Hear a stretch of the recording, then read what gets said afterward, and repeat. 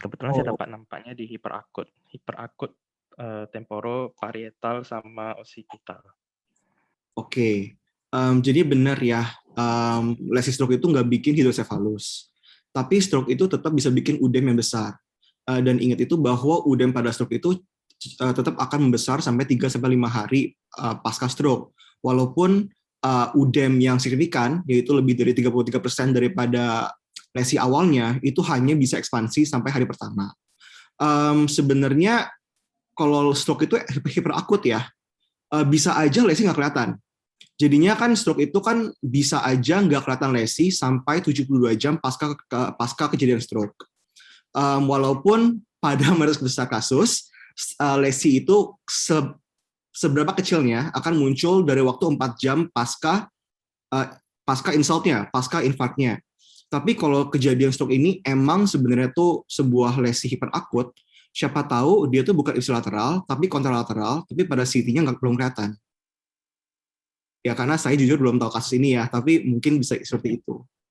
Kalau ini kan dapat dari teman saya, jadi saya diskusi dengan teman saya sih diagnosanya stroke-nya di daerah corona radiata, cuman saya juga kurang tahu ya kalau dari dia memberikan gambarannya gitu, MRI-nya saya nggak ada lihat herniasi unkal, jadi nggak tahu konsulennya gitu bilang Kernohan gitu. Jadi saya bilang, eee, kalau dari saya sih nggak mungkin Kernohan kalau untuk nggak ada herniasi unkal, karena dia tidak akan menekan ke daerah infraten, jadi nggak akan ada lesi untuk isi lateral gitu. Jadi memang sih saya bersikeras untuk lesinya itu daerah corona radiata gitu. Mm-mm. Cuman ya saya juga kurang tahu kenapa diagnosa kerjanya jadi Kernohan gitu. Sepertinya aneh gitu kalau menurut saya. Iya, sebenarnya agak aneh sih, karena kalau lesi corona radiata itu sebenarnya harusnya fix kontralateral. Tapi corona radiata kan luas tuh sebenarnya. Jadinya kalau dia kenanya itu di bagian corona radiata yang emang membuat yang bagian lewatnya traktus itu seharusnya tuh traktus corticospinal itu harusnya emang kontralateral. Tapi iya sih saya setuju ya kalau fenomena Kornohan itu harusnya udah kelihatan ada udah ada kelihatan uncal herniation, terutama di MRI karena kan MRI kan sangat sensitif. Jadinya kalau di MRI nggak ada uncal herniation harusnya nggak bisa Kornohan ya. Tapi ya kita percayalah kan kalau kedokteran kan kita selalu percaya anamnesis dan pemeriksaan fisik. Jadi kan penunjang itu kan sebenarnya cuma sebagai tambahan. Jadinya kalau dari anam PF-nya udah mengarah terhadap lesi stroke itu ya gimana ya? Ya gitulah. Mungkin ini Kalau kasusnya juga ini ya, rare sih, kasus iya. memang agak rare. Salah satu kalau misalnya yang saya ketahui itu di corona radiata itu jarang melalui traktus corticospinal, itu di daerah internal, kapsula internalnya itu. Ya sebenarnya Memang lesinya memang di sana, cuman kenapa konsulen itu harus mendiagnosa Kernohan gitu, padahal nggak ada herniasi unkal gitu. nah konsulen itu kan pasti lebih pinter ya. Mungkin ada pertimbangan tertentu Ya, mungkin ya. mungkin ada sesuatu yang miss gitu. Tapi coronariata bisa ya, karena kan sebenarnya kan kapsul interna kan juga gabungan daripada coronariata. Coronariata semua bergabung itu jadi kapsul interna. Jadi kalau lesinya cukup luas di coronariata itu menurut saya bisa banget sih kena stroke. Terutama yang stroke vertikal ya, yang mungkin jomplang ke kota motorik yang superior dan inferiornya. Kecuali cukup besar, itu bisa rata ke kota motoriknya. Terima kasih ya, kayaknya agak bimbang ya jawabannya. Oh ya, Ya, Thank you. thank you juga Henry udah sharing.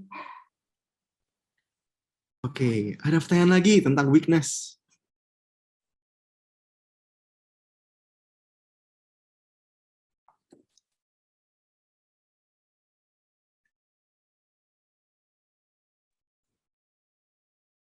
Yuk, ada yang mau nanya lagi tentang kelemahan?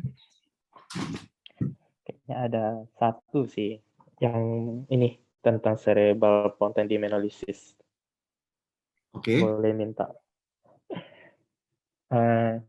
Itu saya ingin tanya, soalnya weakness yang dari cerebral ponteminolysis itu kayaknya pemberian natrium kan, tapi cara kita mengenalnya tiba-tiba menjadi weakness setelah pemberian natrium itu kira-kira berapa lama ya? Oke. Yang Gimana masif. pertanyaannya tentang CPM? Sorry tadi tentang apa? CPM, Central Pontine Myelinolysis. Jadinya cara mengenalinya ya, kalau dari waktunya jujur saya kurang yakin ya, karena saya untuk CPM jujur ketua pasiennya udah, tapi belum pernah kayak secepat sampai kayak saya nggak pernah lihat terjadi di depan mata saya gitu. Tapi kalau CPM itu weakness-nya itu biasanya benar, kalau kita natrium koreksi terlalu cepat. Jujur untuk laju spesifiknya saya lupa ya, kalau nggak salah itu 1 milimol per jam atau seperti itu. Jujur untuk itu saya agak lupa berapa rajunya sampai dia itu bisa bikin sebuah CPM. Tapi ya secara klasik dia itu disebabkan oleh degradasi osmotik. Jadinya karena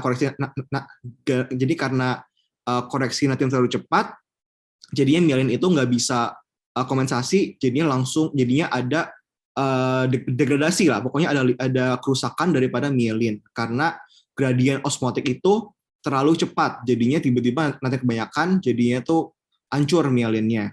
Tapi biasanya kalau CPM itu bilateral ya, lebih sering ya, dan dia tuh karena lesnya di pons, biasanya tuh seingat saya dia tuh tetraparese weakness-nya.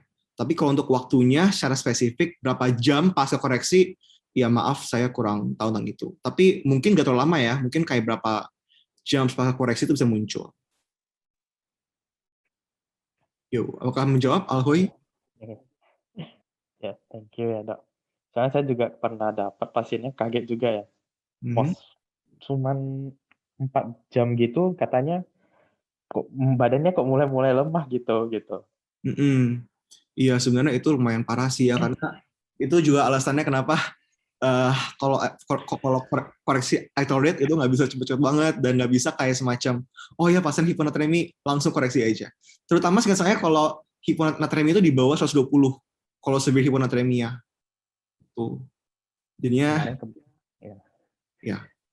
Karena kita pakai yang 3% kebetulan berapa ya? 115 ya natriumnya. 115. Oh iya, kalau itu udah severe. Pakai severe jadi pakai 3% kebetulan kami hitung itu sesuai dengan takaran natrium itu yang dibutuhkan, kecepatan sudah kami sesuaikan.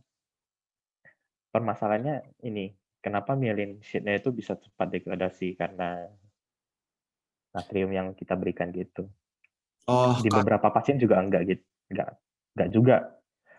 Cuma di pasien ini aja sih yang terjadi gitu.